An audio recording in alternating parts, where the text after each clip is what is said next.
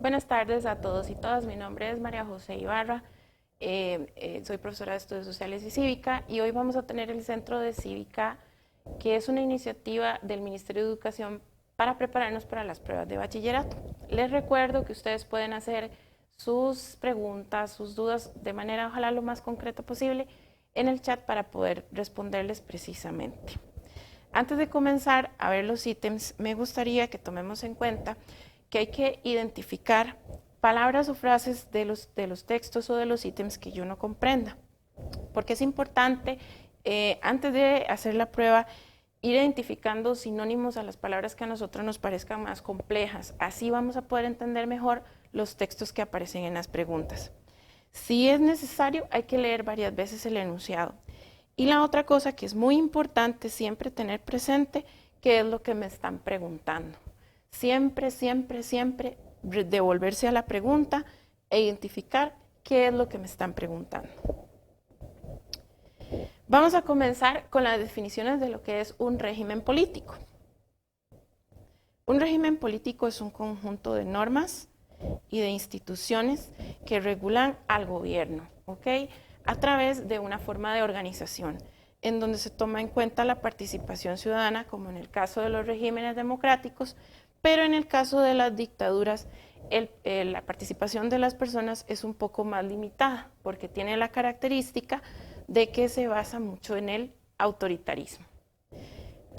Los regímenes políticos están sustentados o influidos por ideologías políticas. Es importante que tengamos en cuenta el concepto de ideología. Es un conjunto de ideas, principios o valores que regulan una forma de organización. A veces existen ideologías políticas, existen ideologías religiosas y existen ideologías de vida. Los regímenes políticos son de varios tipos. Tenemos a los regímenes democráticos, que es donde hay mucha representación popular, como en el caso de Costa Rica. Tenemos regímenes autoritarios, que es donde el poder está más restringido, digamos, porque solamente se basa en una figura o en un grupo, ¿verdad? Que es el mismo caso de los gobiernos unipartidistas, donde la participación popular es más limitada. Tenemos el caso de los regímenes políticos populistas, en donde la base principal es un líder carismático que obtiene su poder, digamos, a través de varios mecanismos o estrategias clientelistas o una serie de cadena de favores, digamos, que de alguna manera también agradan al pueblo porque se enfatiza también en la seguridad social. La característica principal de los regímenes islámicos es que nada está por encima de la religión. Los regímenes islámicos tienen como base de su gobierno el Corán. Esto es importante. Puede que aparezca alguna pregunta en donde les salga cuál es que el libro sagrado de los regímenes islámicos es el Corán. Una de las particularidades también es que los regímenes islámicos suelen ser muy fundamentalistas y a veces tienen rasgos de machismo, en donde las mujeres son bastante desplazadas y tienen muy poca participación. Los regímenes socialistas, son regímenes, digamos, que han tomado muchas ideas y han adaptado muchas ideas del comunismo, en donde lo que proponen es que los medios de producción los tengan las personas. Y el pluripartidismo, que es característico de los regímenes democráticos, que es cuando hay muchos partidos políticos y la gente puede participar en ellos. Entonces, ahora sí, nos vamos a ir al ítem. Es uno de los primeros ítems que van a aparecer en la prueba. Dice, analice el siguiente esquema, aparece un espacio en blanco y nos dice, son postulados que buscan regir todo el conjunto de instituciones políticas de un Estado, una sociedad o una población. Aquí tenemos una palabra clave que es regir. Incluye normas, pautas y principios que requieren de un compromiso activo para llevarlos a concretar en la realidad a través de una organización. Otra palabra clave, Como vimos anteriormente, los regímenes políticos son un conjunto de normas e instituciones y vamos a ir analizando las opciones. Ideología, habíamos dicho que era conjunto de ideas. Gobernabilidad, gradualismo político. Gradualismo político hace referencia a las acciones del gobierno que se hacen poco a poco. Pero nos están hablando del, vamos a ponerle otro color, el régimen político. Vamos a pasar al siguiente ítem. Vamos a leer el texto. En la conferencia nacional organizada por el Partido Comunista, su presidente Raúl Castro rehuyó cualquier posibilidad de abrir el sistema a otros partidos, argumentando que así se protegía del imperialismo. Compañeras y compañeros, defendemos el sistema del partido único frente al juego de la demagogia y la mercantilización de la política. Vamos a leer el enunciado. Del texto anterior se deduce que una limitación del régimen político unipartidista que se practica en Cuba es la restricción jurídica en el ejercicio del pluralismo político. Aquí yo tengo que tener claro qué significa la palabra restricción, que significa que no permite, y jurídico, que hace referencia a las leyes. Entonces, me dicen en la pregunta una limitación. En la pregunta me están preguntando por una limitación. Una limitación de este régimen político en Cuba es que no permite entonces que haya pluralismo político. Eso es lo que me está diciendo la primera. La segunda me dice, ejecución de políticas en la promoción de la gobernabilidad. Siempre debemos recordar que la respuesta tiene que tener una relación con el texto que nos están presentando. Muchas veces suele pasar que confundimos alguna de las opciones porque parece correcta, pero no tiene ninguna relación con el texto que nos están presentando anteriormente. Debemos siempre tener presente que la respuesta tiene que tener una relación directa con el texto que está arriba. Entonces, las políticas de la promoción de la gobernabilidad no se desarrollan en el régimen cubano porque es dictatorial y porque hay una imposibilidad de que existan otros partidos políticos. ¿Hay una ausencia de base ideológica en la actividad gubernamental? No, porque claramente el sistema cubano sí tiene una ideología concreta. Y la destitución de cualquier fuerza política que se oriente en la ideología socialista tampoco, porque la ideología socialista es del régimen cubano.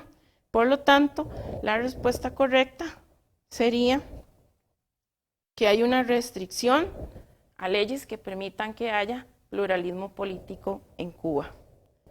Debemos recordar también que en Cuba es un régimen unipartidista. Vamos a analizar el siguiente esquema. La democracia es una forma de gobierno que incluye tres componentes mínimos. Bueno, tres características básicas. Tiene que tener componentes mínimos, tiene que tener una ampliación normativa y tiene que tener una aspiración. Esos componentes mínimos son los siguientes. Tiene que haber elecciones periódicas. Tiene que existir el derecho al voto. Tienen que haber dos o más partidos políticos, el pluralismo político. Y tiene que haber un periodo definido en el que se gobierne. Esto implica que la persona que llega al poder tiene que ejercerlo y tiene que ser siempre el periodo en el que está establecido en la ley. Y ese periodo no puede ser alargado por las mismas personas que están en el poder. Otro componente de la democracia es la ampliación normativa, que hace referencia a las leyes. Estas leyes lo que nos van a garantizar son más derechos. Y estas leyes también pueden ser modificadas. Y otro componente importante de la democracia es la aspiración, porque implica orientar a la ciudadanía y garantizar los derechos humanos de la población. Eso quiere decir que se pueden ir incluyendo más leyes que garanticen los derechos de las personas.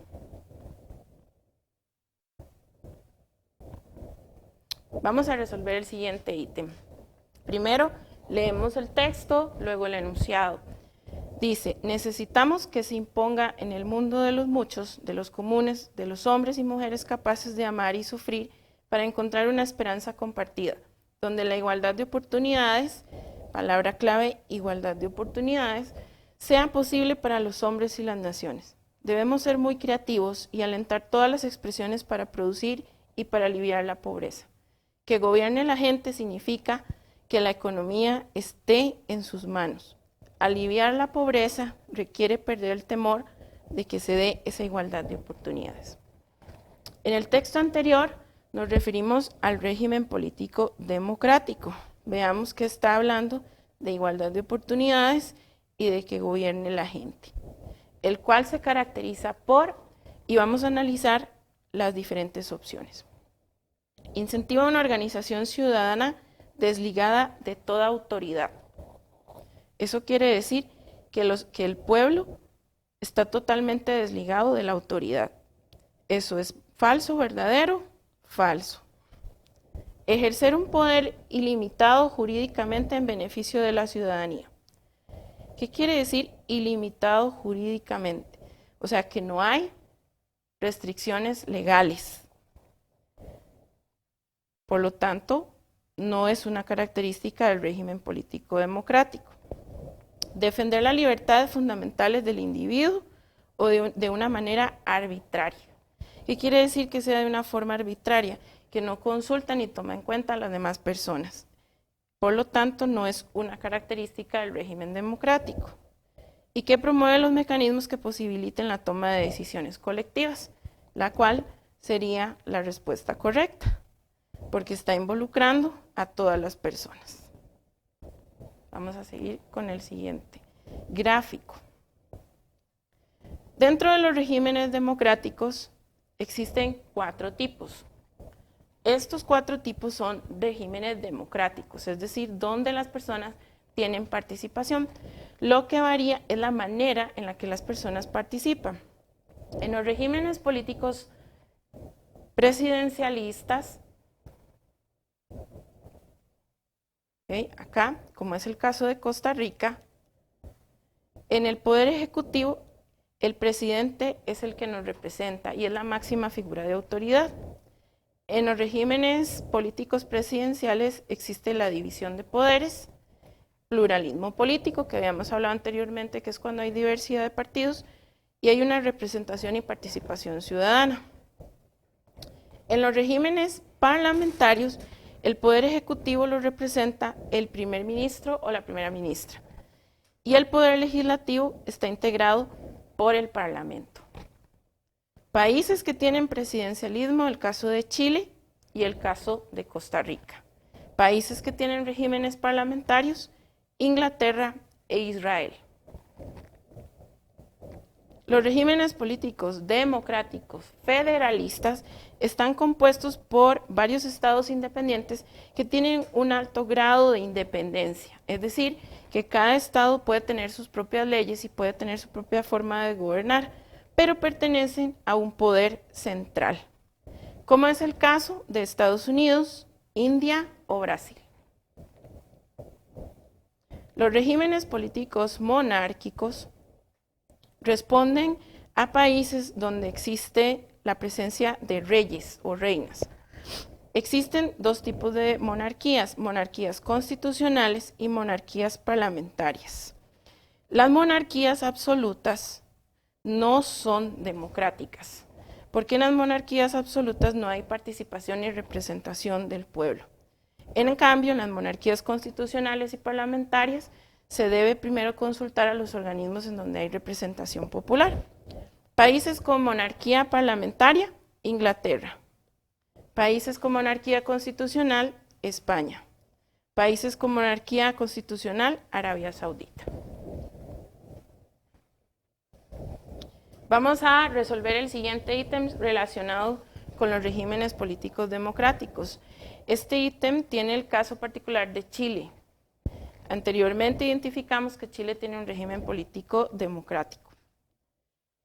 La República de Chile es un estado unitario de carácter presidencialista conformado por diversas instituciones autónomas que se insertan en un esquema constitucional que determina funciones y distribuye las competencias entre los órganos del Estado. A su vez, se generan espacios para que la población intervenga directamente en la identificación de necesidades colectivas. Entonces, dice el enunciado, la información anterior permite deducir que, al igual que Costa Rica, una característica del régimen político de Chile, que ya identificamos que es democrático, al igual que Costa Rica, corresponde a lo siguiente, y analizamos las opciones. Aplicación del principio democrático de división de poderes, esa ya sabemos que sí. Vamos a seguir leyendo las otras opciones. Hay algo importante que hay que considerar. Nunca vamos a marcar la opción correcta sin antes leer todas las demás opciones. Tenemos que terminar de leer todas las opciones, porque podemos encontrarnos con alguna trampa. Entonces, es necesario siempre leer todas las opciones antes de marcar la definitiva. El ejercicio del poder desde procesos de representatividad indirectos. ¿Qué quiere decir que sean indirectos? Que las personas no lo podemos hacer de manera directa. Entonces, la representatividad en Costa Rica existe de estas dos maneras, indirecta y directa, no únicamente de indirecta. Por lo tanto, esta opción no es correcta. Al desarrollo de políticas pluralistas dentro de los procesos de elección popular. Esta opción podría ser una posible respuesta.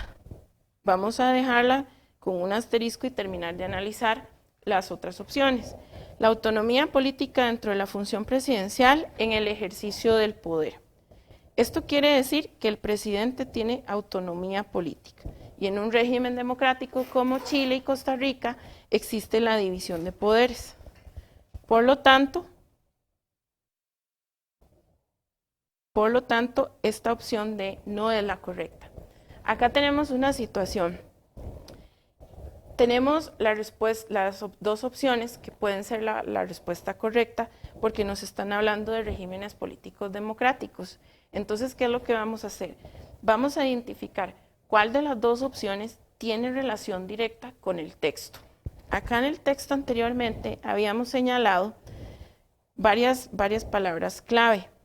Nos está diciendo que hay un poder ejecutivo, nos está diciendo que existen instituciones autónomas y nos está diciendo que hay un esquema constitucional, que también hay órganos del Estado y que responde a necesidades colectivas. Esto hace referencia a la división de poderes.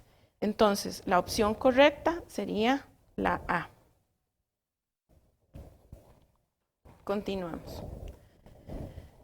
Considere la siguiente información. En Israel, el gobierno está encabezado por un primer ministro, quien es la autoridad ejecutiva del país. Está encargado de llevar los asuntos de política exterior. El primer ministro es elegido entre los miembros del Knesset en el Congreso israelí. En Costa Rica, el presidente de la República es la cabeza del Poder Ejecutivo, quien además tiene la potestad de designar a los ministros. El presidente del país se elige de forma popular y directa. Está estableciendo una comparación entre el régimen político israelí, que es parlamentario, y el régimen político costarricense, que es democrático. La información anterior permite comprender que la democracia costarricense favorece la participación ciudadana directa, que caracteriza al presidencialismo, a diferencia de Israel, donde se practica un régimen político de forma parlamentaria, según lo que estuvimos analizando previamente. Siempre tenemos que recordar que en los sistemas parlamentarios el poder ejecutivo lo representa siempre el primer ministro.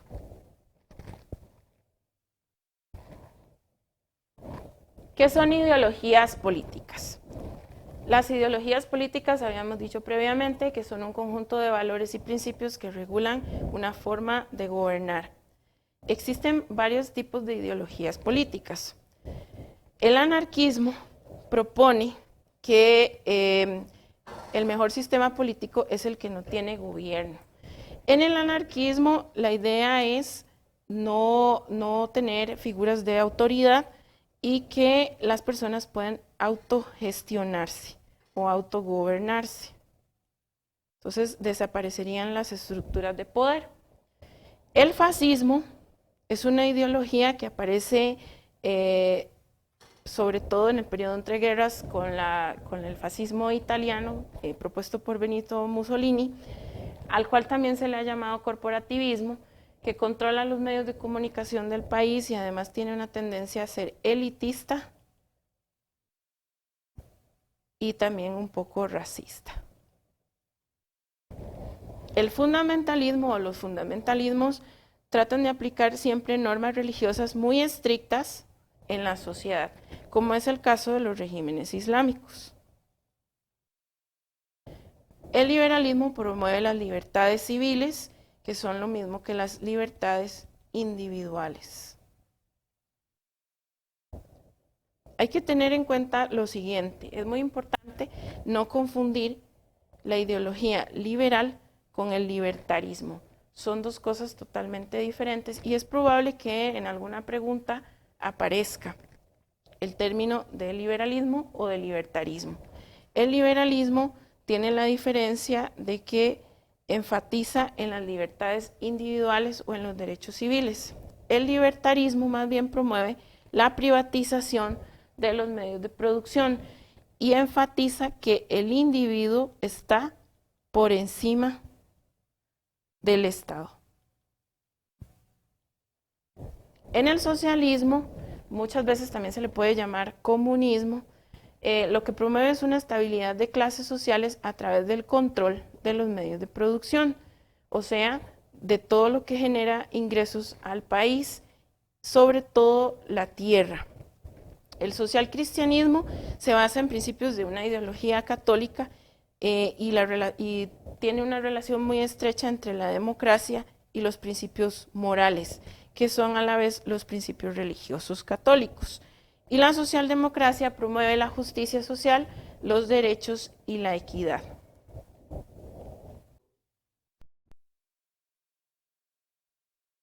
Vamos a ver un ejercicio relacionado con ideologías políticas. En este caso es sobre el libertarismo. Vamos a comenzar leyendo el enunciado para saber qué tenemos que buscar en el texto. Entonces dice el enunciado: según la definición anterior, una característica del libertarismo es, y luego vamos al texto. Dice, es una ideología política que sostiene que todo gobierno legítimo debería ser reducido o intervenir lo menos posible en la vida económica, social y cultural. Intervenir lo menos posible en la vida económica, social y cultural, al tiempo que las relaciones sociales deberían ser reguladas en la mayor medida posible, mediante contratos voluntarios y costumbres generalmente aceptadas y lo menos posible por leyes escritas. Según la definición anterior, entonces, una característica del liberalismo es, y vamos a ir analizando una por una, la limitación que posee el gobierno para administrar los recursos del Estado. ¿Qué quiere decir esto? Que el gobierno no interviene en la vida política de las personas. Esta puede ser la opción correcta, pero como no vamos a marcar la opción correcta sin antes terminar de leer las opciones, terminamos de revisar las opciones. La unificación de las normas de pensar de los ciudadanos en un determinado Estado. Esto quiere decir que todo el mundo tiene que pensar igual en el Estado, por lo tanto no es correcta. El control ideológico que se debe tener sobre los ciudadanos para evitar las manifestaciones populares tampoco es correcto.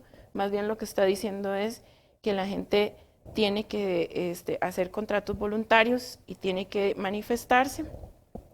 Y la D dice la necesidad de que exista un orden jurídico e institucional para lograr un buen funcionamiento gubernamental. Si bien es cierto es necesario el orden jurídico, el libertarismo lo que propone más bien es que el gobierno sea reducido y que tiene que invertir lo menos posible en la vida estatal. Por lo tanto, esa no es la respuesta correcta. Tenemos entonces que la indicada es la A, la limitación del gobierno para administrar recursos del Estado. Continuamos con los conceptos básicos que tienen que ver con la vida política costarricense. El primero de ellos es la cultura democrática. La cultura democrática son más que todo actitudes y acciones que hacemos los ciudadanos para vivir con los principios de la democracia, es decir, el respeto, la tolerancia, y que además de eso promueven una conducta política. El gradualismo es ejecutar cambios de una manera lenta y progresiva, es decir, poco a poco. Entonces, gradualismo político, entonces, es ir implementando cambios o haciendo políticas que vayan siendo de forma progresiva, poco a poco. Participación.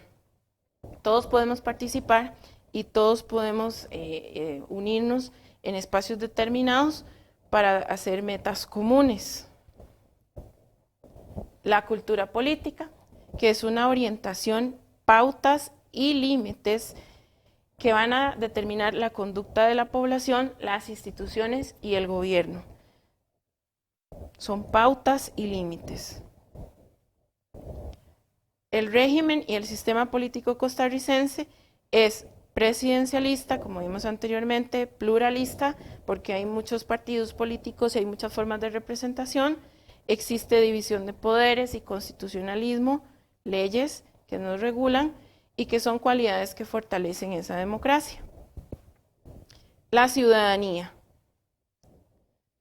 es el derecho y la disposición de poder participar en una comunidad como miembro. Las ciudadanos somos todas y todas. La única diferencia es que después de los 18 años se puede votar. Y la deliberación es un proceso colectivo donde hay reflexión y se toman decisiones. Deliberar es tomar decisiones, pero a través del diálogo y la reflexión, con respeto. La comunicación política es un proceso en donde toda la información política es transmitida, ya sea que se reciba o que se anuncie, que es lo que hacen los políticos, las instituciones públicas, a través de sus diferentes medios de comunicación. Este concepto es importante, el de agenda política. Suele ocurrir que aparecen preguntas relacionadas con la agenda política. Son una selección de temas o de problemas que las autoridades consideran como prioridad. Entonces, lo publican a través de medios de comunicación y le dan un tiempo definido para ser tratados. Es decir, son como la serie de problemas que son prioridad en el país. La gobernabilidad es la capacidad del gobierno de actuar, o sea, son las acciones que hace el gobierno para que sean efectivas las políticas públicas. La legalidad es simplemente que existen leyes en el país y que nosotros debemos apegarnos a este principio de legalidad. Tenemos que respetar la ley.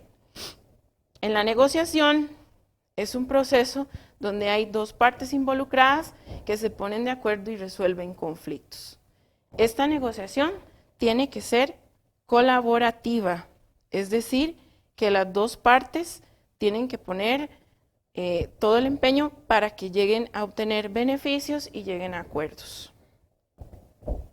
Vamos a ir al ítem que está relacionado con los conceptos de la cultura democrática costarricense. Y leemos el enunciado, que nos está preguntando por el concepto. Entonces, ¿qué tenemos que buscar en el texto? El concepto. Alan es un funcionario municipal encargado de supervisar las concesiones públicas. Todos los trámites que realiza los lleva a cabo respetando las leyes establecidas. Vean que se refiere a las leyes y que las está respetando. Aunque no está de acuerdo con muchos procedimientos, es más fuerte su convicción de respetar el orden jurídico, es decir, las leyes. Y está convencido que así es mejor para todos. Entonces, ese es el concepto de legalidad. Vamos a hacer el siguiente ítem.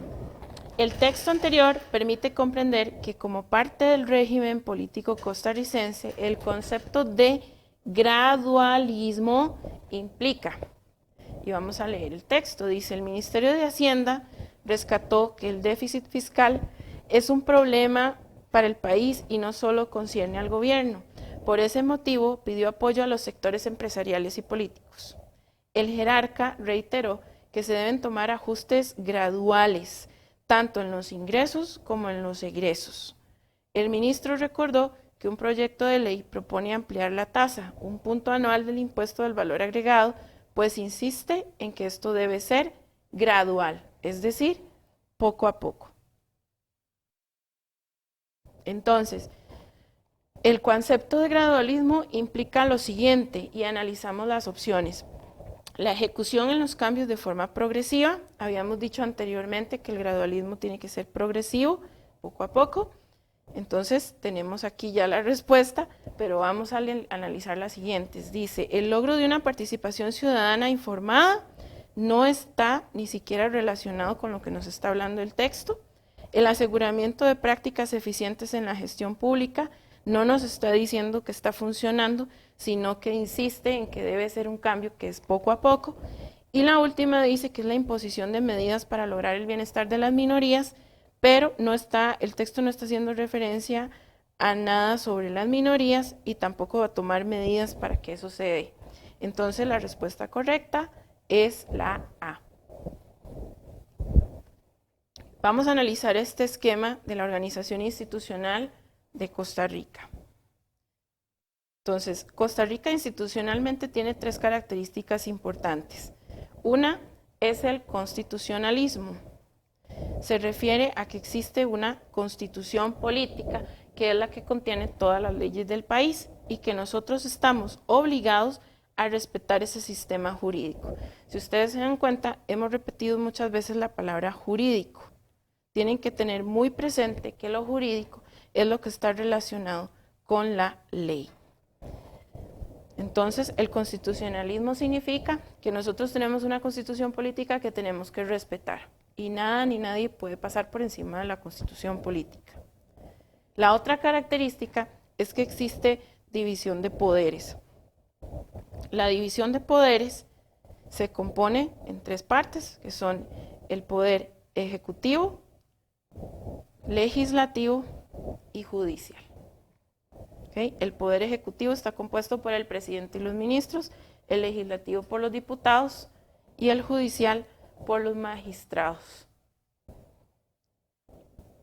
Y la otra característica, y la más importante, es el presidencialismo, donde el presidente es el jefe de Estado, dirige también a los ministros y es escogido cada 4 años por elección popular. Se caracteriza porque todas las funciones se reparten en órganos diferentes y ninguno tiene el control absoluto. Por algo existe la división de poderes. Ningún poder está sobre otro y todos dependen de ellos entre sí. Todos tienen funciones específicas y se encargan de temas específicos, siempre a favor o el bienestar de toda la población.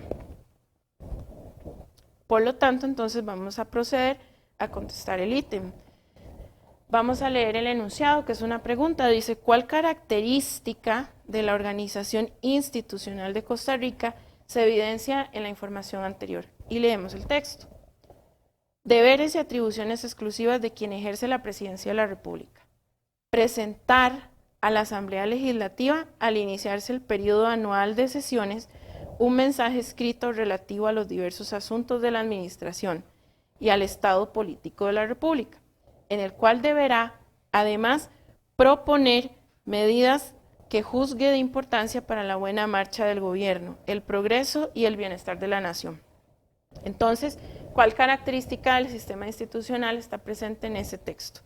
Mecanismos de rendición de cuentas, mecanismos de incidencia, prácticas institucionales o acciones afirmativas.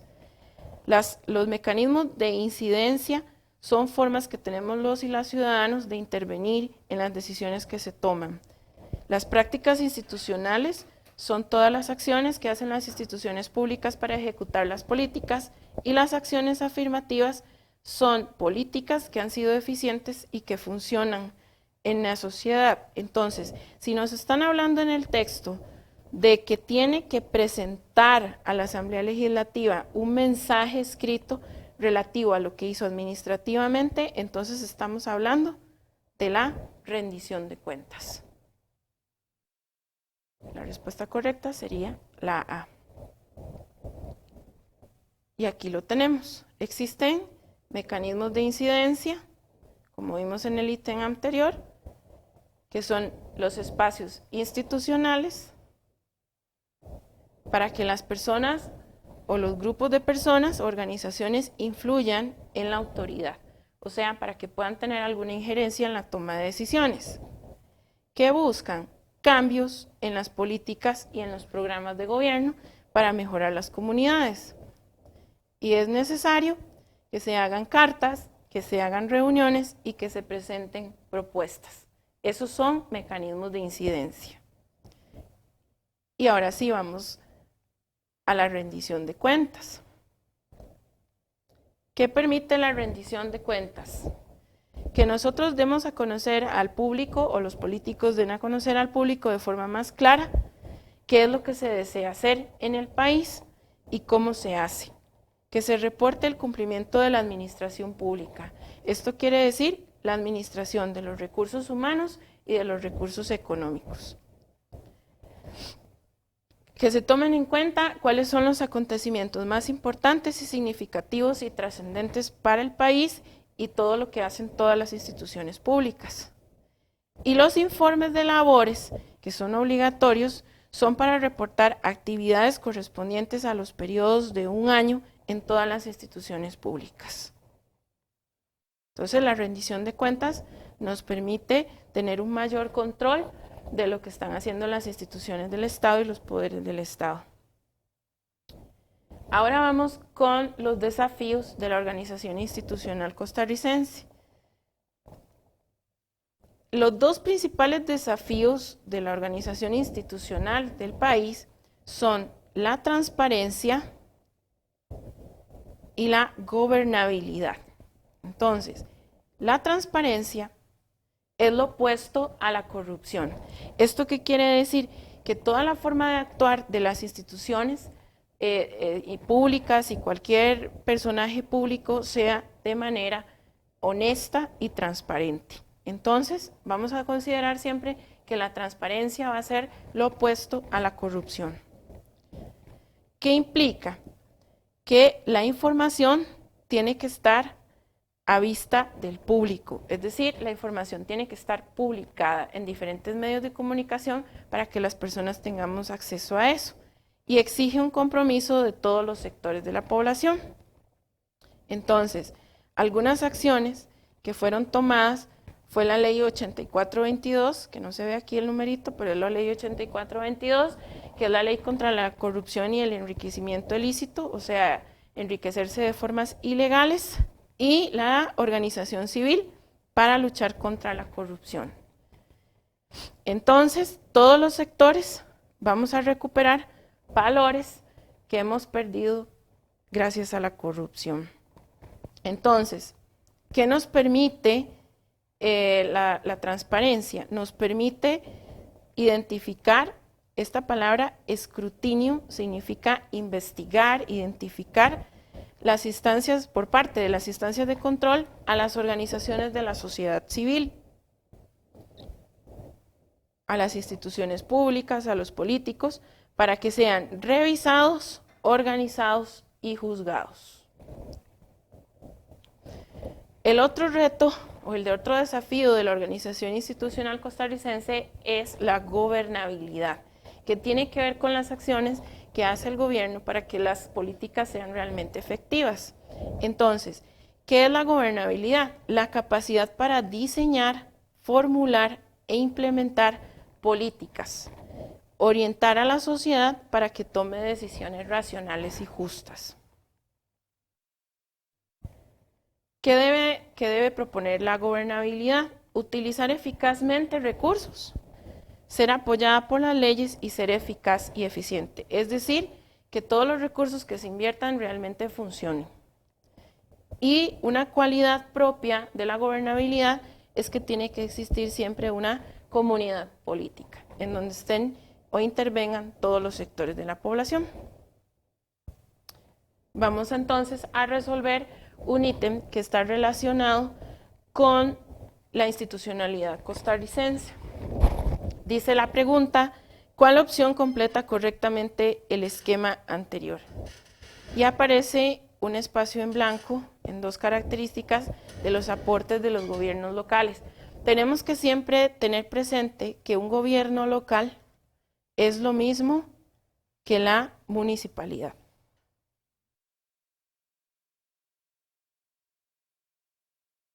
Entonces, dice que uno de los aportes de los gobiernos locales en Costa Rica es que tienen autonomía territorial y administrativa y que son dirigidos por un consejo de elección popular integrado por regidores y regidoras.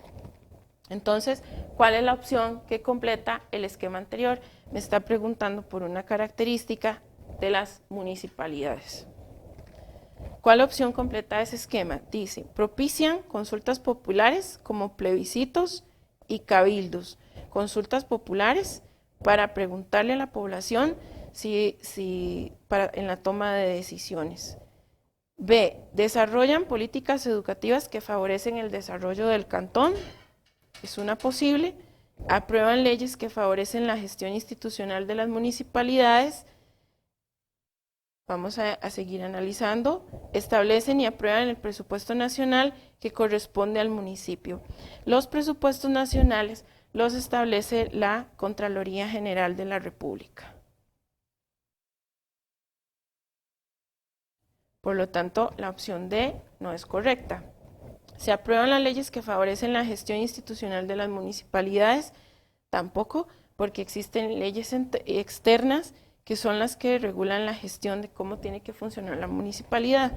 Desarrollan políticas educativas que favorecen el desarrollo del cantón, es una posible opción, y las consultas populares las pueden pedir las municipalidades, pero no las pueden propiciar. Entonces, esto tiene que solicitarlo al Tribunal Supremo de Elecciones. Por lo tanto, la opción correcta es la B. No podemos olvidarnos que gobierno local es municipalidad. Y aquí lo tenemos. Las municipalidades tienen un patrimonio propio. Está constituido por todos los residentes del cantón. Lo administra cada cantón y tiene un consejo, uno que es elegido por el pueblo y está integrado por regidores, síndicos y alcalde, que es la máxima autoridad del gobierno local. ¿Qué funciones tienen los gobiernos locales? Orientan el desarrollo del cantón, como lo vimos en el ítem anterior. Ellos fomentan políticas educativas que favorezcan el desarrollo del cantón en conjunto con otras instituciones. Coordinan la acción de entes estatales en el cantón y velan por la conservación y preservación del uso racional de los recursos naturales. Además, prestan los siguientes servicios: apertura de caminos, higiene de la comunidad, alumbrado público, calles, puentes, caminos, organizan eventos cívicos, propician la educación de los habitantes y protegen los recursos naturales. Me gustaría que vayamos a analizar la abolición del ejército en Costa Rica y cuáles han sido las implicaciones o los efectos que tuvo la abolición del ejército de Costa Rica a partir de 1948. Primero que todo, el ejército fue abolido el 1 de diciembre de 1948, después de la Guerra Civil, por el presidente de la Junta Fundadora de la Segunda República, José María Figueres Ferrer. Esto da paso a una cultura civilista en donde se elimina el ejército para invertir fondos públicos más que todo en educación y en un progreso social para el país. Por lo tanto, esto le da paso a la democracia, a la soberanía popular, a la creación de una constitución, a la división de poderes, a los mecanismos pacíficos de resolución de conflictos, como una cultura civilista, y la inversión económica en el sector educación y salud. Esto nos hace evitar el uso de la violencia para poder llegar al poder. Entonces, vamos a resolver un ítem que está relacionado con la abolición del ejército. El enunciado nos dice que vamos a evidenciar que la abolición del ejército tiene una trascendencia para Costa Rica, o sea, importancia para Costa Rica, porque permite. Entonces vamos a leer el texto. Dice, en 1949, la Asamblea Nacional Constituyente eleva a rango constitucional la sabia decisión del 1 de diciembre, quedando así sellada la voluntad civilista de un pueblo, luego de una serie de acontecimientos que llevaron luto y dolor a muchas familias costarricenses. Abolir un ejército, transformarlo en una policía para protección de la ciudadanía y en una fuerza de orden civil, era absolutamente indispensable, pero en nuestro país se dio el paso. Entonces, la trascendencia de la abolición del ejército para Costa Rica, ¿qué fue lo que permitió? Y analizamos las opciones. El desarrollo de una sociedad civilista y pacífica, ahí tenemos la respuesta. La erradicación de los factores de vulnerabilidad social, eso no, porque no se eliminó la vulnerabilidad social, pero sí se pudo invertir más recursos en progreso. La eliminación del uso de las armas por parte de la población civil, no, se siguieron usando armas, existe la fuerza pública, la policía, pero se eliminó el ejército como militar. La consolidación de una sociedad donde se eliminen las diferencias sociales. Las diferencias sociales siguen existiendo en nuestra sociedad a pesar de que no tenemos ejército. Lo que fomentó entonces fue lo que dice la opción A, el desarrollo de una sociedad civilista y pacífica. Vamos a analizar la cultura política de Costa Rica. Habíamos hablado de que la organización institucional democrática de este país necesita dos desafíos, uno que es la gobernabilidad y el otro que es la transparencia. Sin embargo, la cultura política de Costa Rica ha sido un modelo a seguir en muchos países del mundo por su modelo civilista, como ya vimos después de la eliminación del ejército, después de la Guerra Civil del 48. Esto lo que ha fomentado ha sido una cultura democrática en donde las conductas y las acciones que tenemos las personas nos acerca más a los deberes y derechos que tenemos cada quien. Esto quiere decir que al vivir en una sociedad donde se fomenta la cultura democrática, las personas vamos a ser más abiertas a tolerar las diferencias y a respetarnos mutuamente.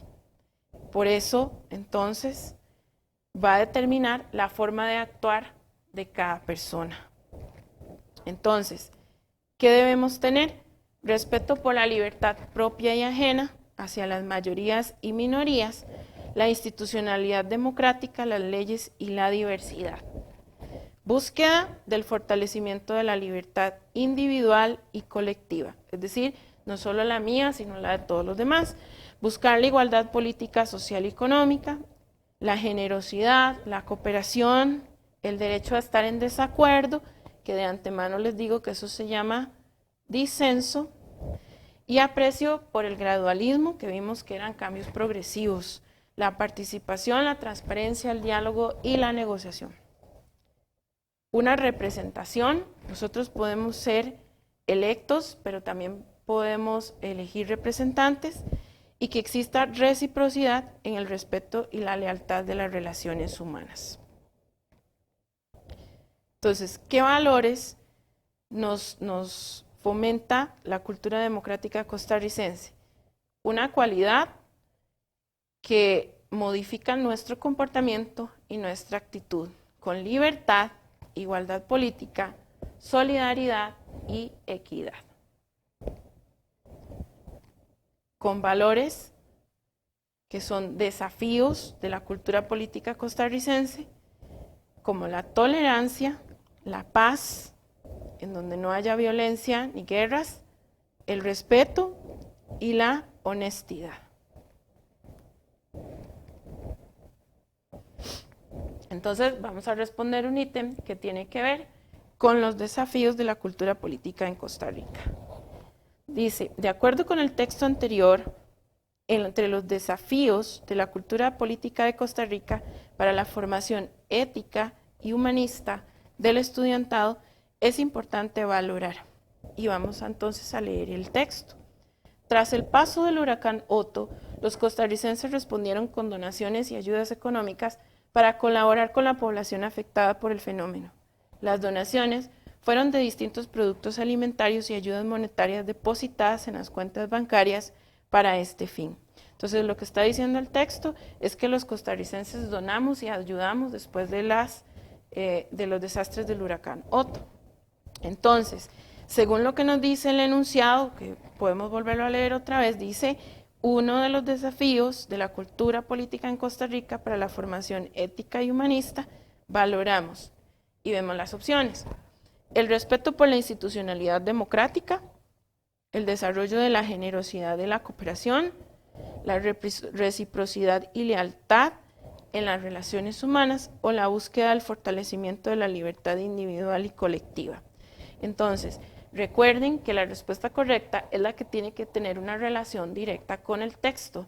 Si el texto nos está hablando que la población hizo donaciones y ayudó económicamente para las personas que fueron afectadas por el huracán Otto, entonces la respuesta correcta no es el respeto a la institucionalidad, sería más bien la reciprocidad y la lealtad en el desarrollo de las relaciones humanas. Aquí tenemos podría prestarse para una confusión la opción B, que dice la generosidad y la cooperación, pero acuérdense que anteriormente habíamos visto que fomentaba la lealtad y la reciprocidad en las relaciones humanas. Aquí está. No podemos confundirlo y hay que analizar bien la pregunta porque sí especifica bien que es uno de los desafíos. Seguimos con el ítem de otro de los desafíos que enfrenta la cultura política costarricense. En Costa Rica, el problema de la pobreza afecta a una quinta parte de los hogares. Los datos demuestran un estancamiento en este ámbito, ya que el indicador del 20%, que comenzó en 1994, para el 2014 el porcentaje de pobreza alcanzó un 22,4% de los hogares, de los cuales 6,7% corresponde a pobreza extrema. El texto anterior nos permite deducir que uno de los desafíos que enfrenta la cultura política costarricense se relaciona con lo siguiente. El texto nos está hablando de que la pobreza ha ido en aumento.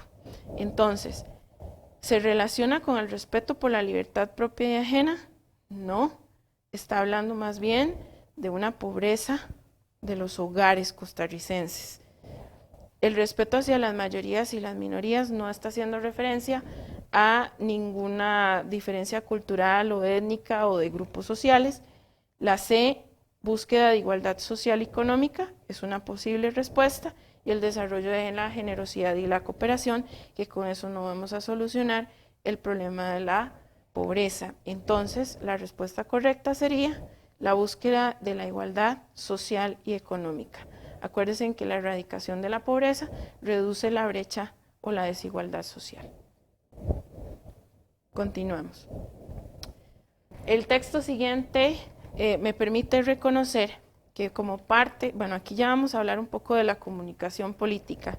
Como parte de la comunicación política, el expresidente Rafael Ángel Calderón Guardia procura influir en la persona con el fin de que se valore. Entonces, recordemos que la comunicación política se da a través de discursos, medios de comunicación, sitios de internet. En este caso, está haciendo referencia directa a un discurso político, que es del expresidente Rafael Ángel Calderón Guardia. Y vamos a leer el texto. Dice: para completar esta exposición, debo referirme a la forma constitucional de las garantías sociales. La idea no es fruto de un capricho, ni se originó en ningún cálculo político.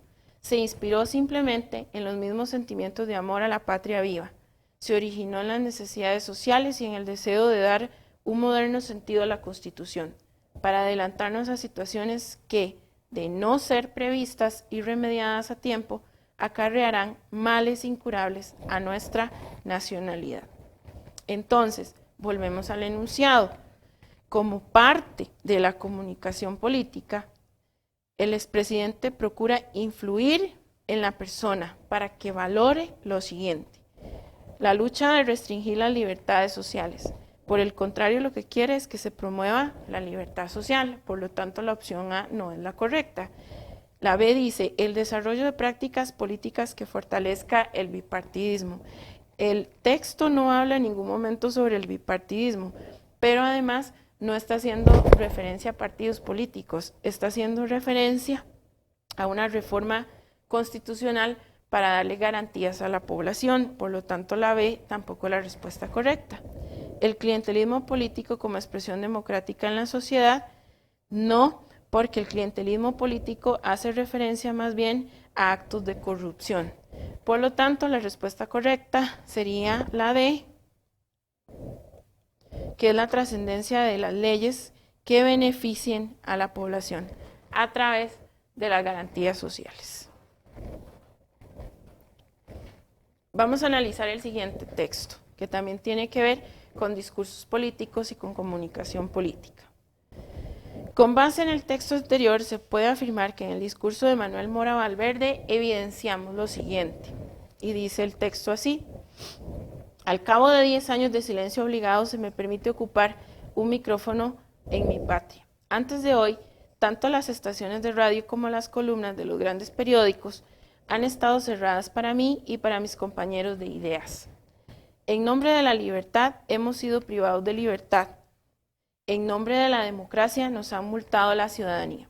En nombre de la justicia nos han arrebatado derechos que son inherentes a la naturaleza humana. Con base en el texto anterior, se puede afirmar que el discurso de Manuel Mora Valverde evidencia la supresión total de los derechos y garantías individuales para los sectores minoritarios.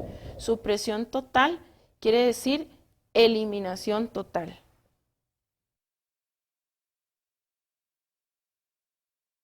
La necesidad de los grupos sindicales de tomar el poder político a través de los discursos en los medios de comunicación, que es una posible opción, y el retroceso que sufrieron derechos como la libertad de expresión y pluralismo político en los años 40, que no fue un retroceso, más bien tuvieron mucha voz y voto, por lo tanto esa no es la respuesta correcta, la A tampoco es la respuesta correcta, y el fin de una guerra fría como oportunidad para inscribir partidos políticos comunistas, tampoco. Está hablando más bien de la necesidad de los grupos sindicales de participar en los medios de comunicación y en los discursos.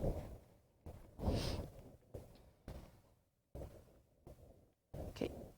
Aquí está el esquemita. Rápidamente voy a nada más a hablar sobre la comunicación política, que es lo que acabamos de ver. Se utilizan propagandas, discursos o ensayos, como los que vimos en los ejemplos anteriores de Calderón Guardia y Manuel Mora Valverde, y agendas políticas, que habíamos dicho que son los puntos o prioridades a tomar del gobierno en el país para crear políticas públicas. Okay.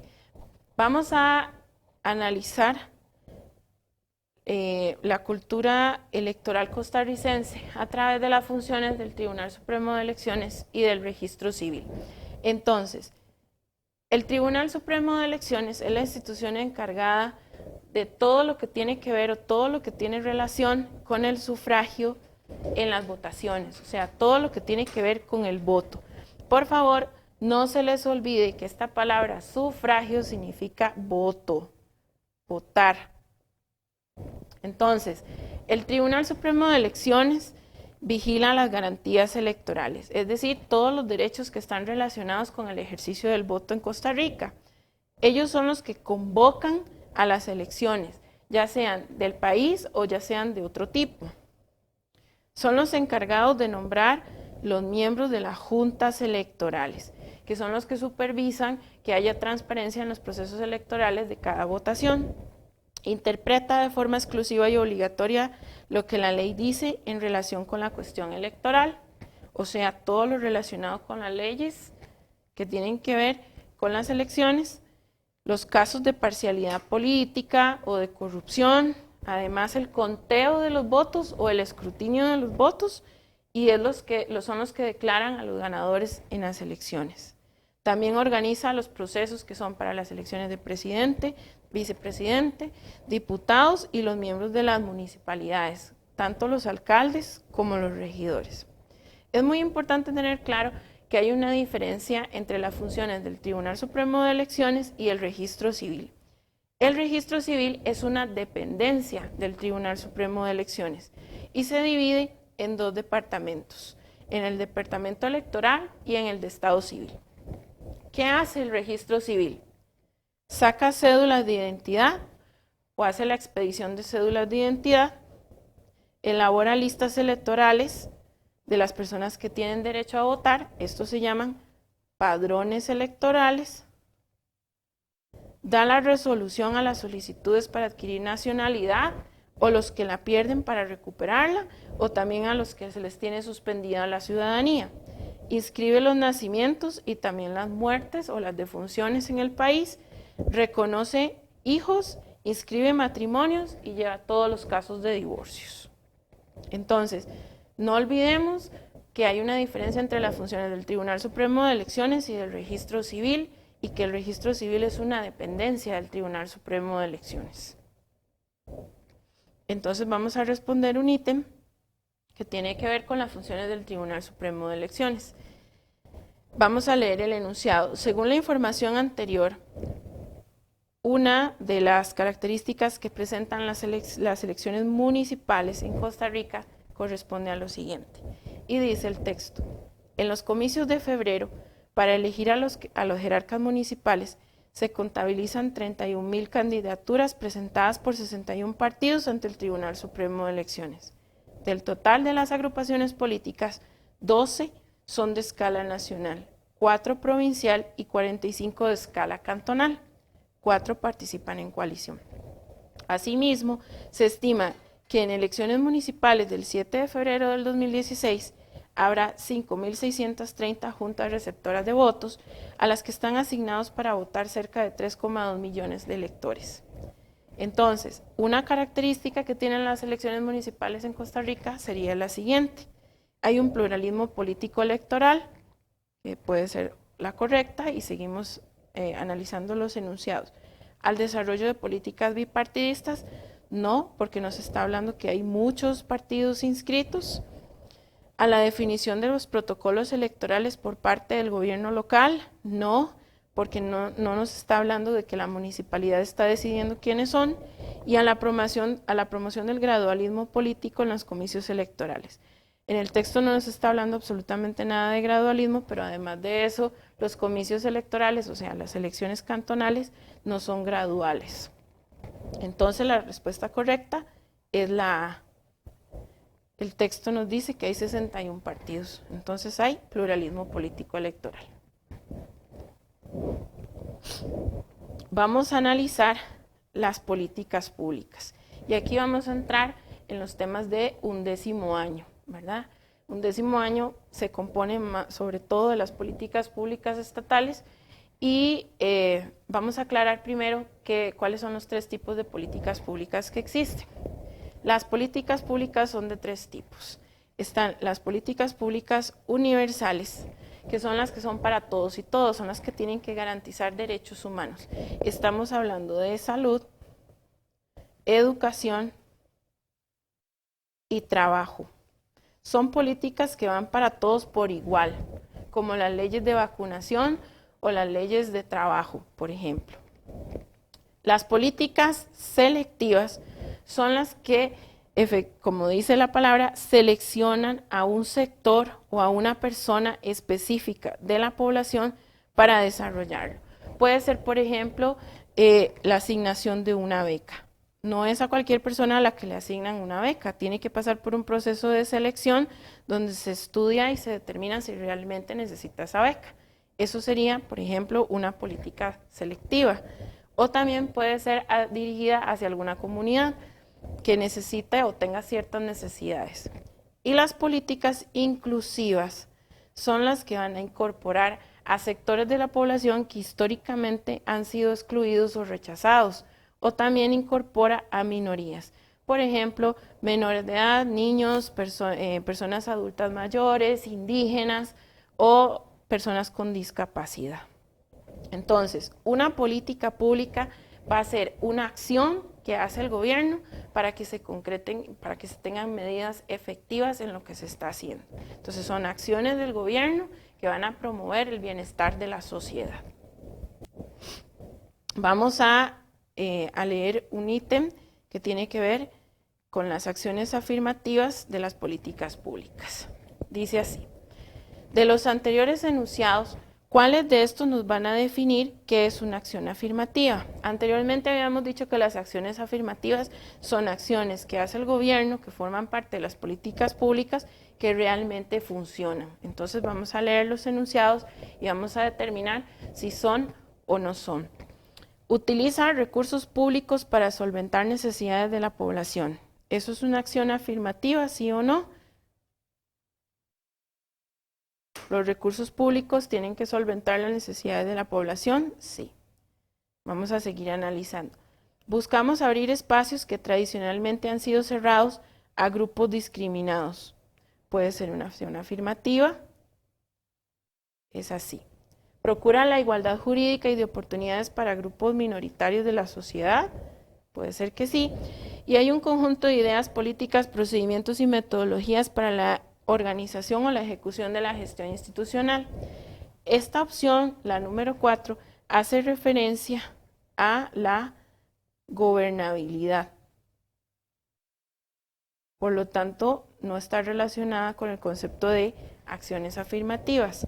La número 3, lo de la igualdad jurídica y de oportunidades, hace referencia a la legalidad. Entonces, vamos a analizar cuáles opciones.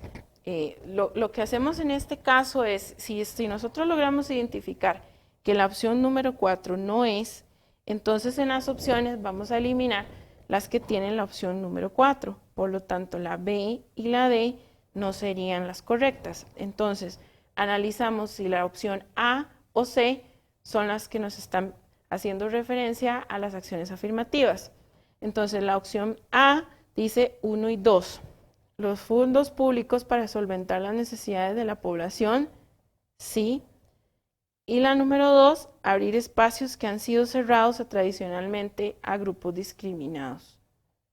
Entonces, la 3, como hace referencia a la legalidad, que es un concepto distinto al de acciones afirmativas, esa la vamos a descartar. Por lo tanto, la respuesta correcta va a ser la A, la 1 y la 2. Vamos rápidamente a ver algunas instituciones del Estado que son las que promueven la igualdad de oportunidades en Costa Rica. Son las que en gran medida ejecutan las políticas públicas. Está el Ministerio de Educación, el Consejo Superior de Educación, el Ministerio de Trabajo y Seguridad Social, que es el que tutela y vigila todo lo que tiene que ver las relaciones entre los trabajadores y los patronos, la Caja Costarricense de Seguro Social, que es la que promueve todo el sistema de salud, que por cierto tiene 3 regímenes, que son el de invalidez, vejez y muerte, el de maternidad y el no contributivo. Suele pasar que se confunden con el régimen no contributivo. El régimen no contributivo es un dinero que aportamos todos los trabajadores y trabajadoras cuando cotizamos a la caja, que se destina a personas que están en condiciones de vulnerabilidad o extrema pobreza y no pueden pagar un seguro social, pero necesitan tener acceso a la salud como un derecho humano. Por ejemplo, personas huérfanas, viudas, personas en extrema pobreza, que necesitan ser atendidas, pero no tienen los medios económicos para solventar el seguro social. Entonces, aquí, digamos, no olvidar que el régimen no contributivo se trata de esto. Suelen confundirlo. El régimen de maternidad es la licencia que se le da a las mujeres que quedan embarazadas un mes antes de tener a su bebé y 3 meses después. Incluye también una hora de lactancia 6 meses después de que nace el bebé, que también esto lo puede poner de acuerdo con su jefe o con su patrón, y el otro régimen es el de invalidez, vejez y muerte, que es el que todos los trabajadores y trabajadoras tenemos en caso de fallecimiento, que le queda la pensión a los familiares o a los albaceas por la incapacidad por vejez, que es la jubilación. En Costa Rica es a partir de los 65 años, y de invalidez o enfermedad, que son las que nos cubren en caso de alguna de esas situaciones.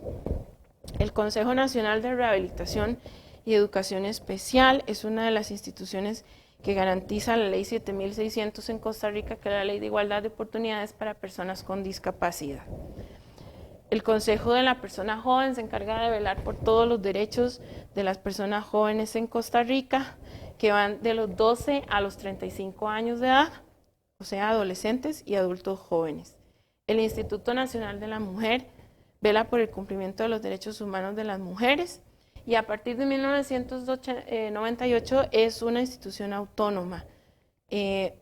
Promueve la igualdad entre hombres y mujeres. El Patronato Nacional de la Infancia, el PANI, protege de manera especial a las personas menores de edad, y en 1996 se creó una ley orgánica del Patronato Nacional de la Infancia para declarar o otorgarle presupuesto propio al PANI.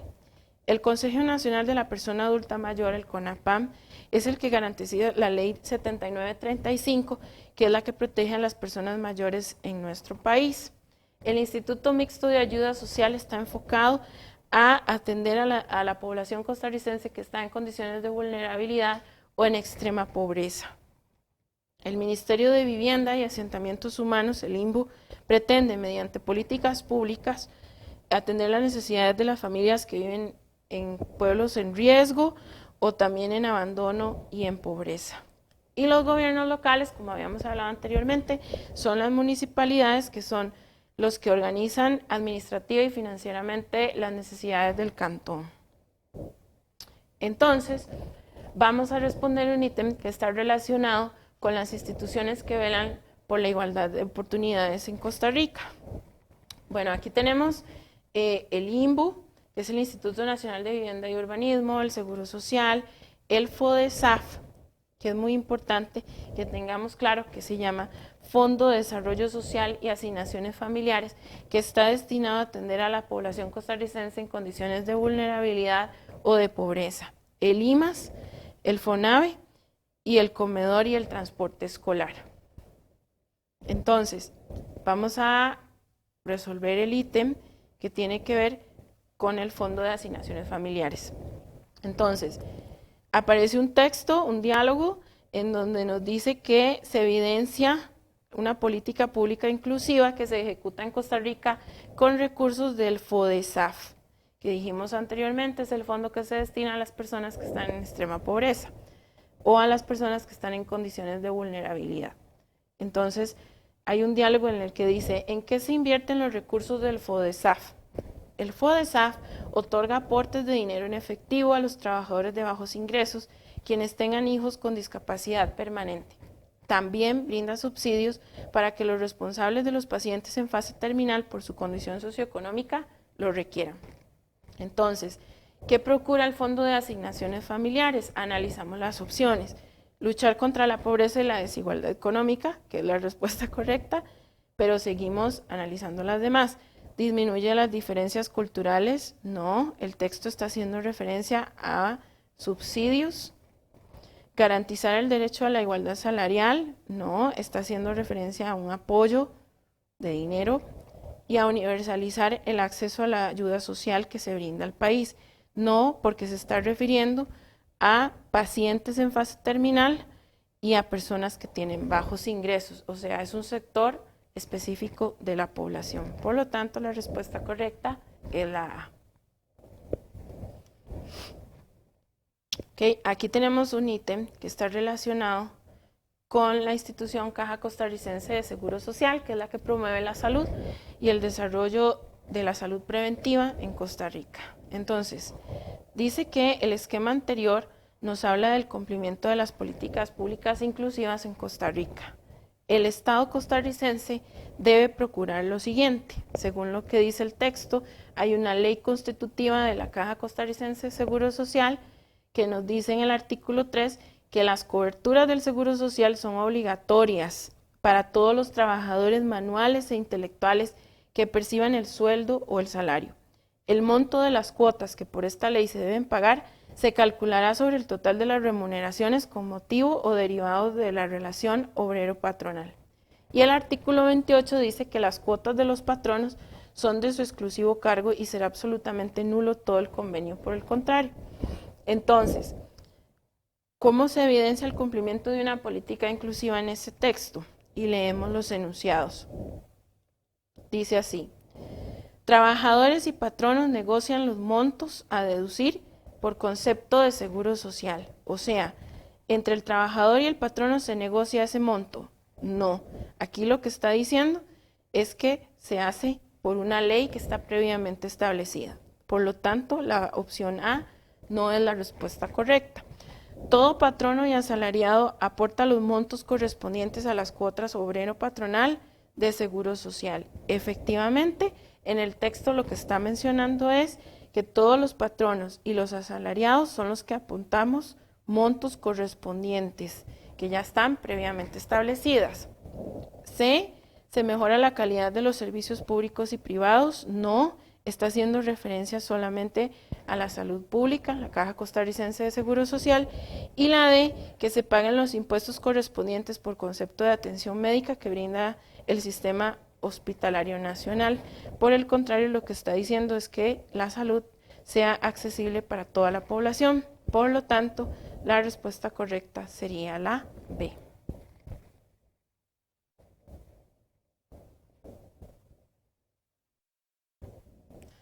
Ok, vamos a analizar, ya como para ir cerrando, ya casi terminamos, vamos a analizar los elementos de propaganda electoral y publicidad.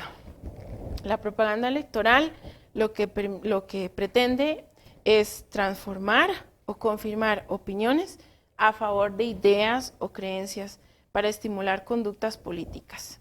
La publicidad compra, usa y consume un producto o un servicio. En el caso de la propaganda electoral, es una especie de publicidad política que de cierta manera está buscando vender una idea de un representante. Entonces, las campañas electorales son publicidad política, que además de eso pretenden que la ciudadanía se informe para que tenga elementos para tomar decisiones. Y vamos entonces a responder un texto que tiene que ver con las competencias ciudadanas. Vamos a ver aquí, perdón, disculpen. Un texto que tiene que ver con las competencias ciudadanas.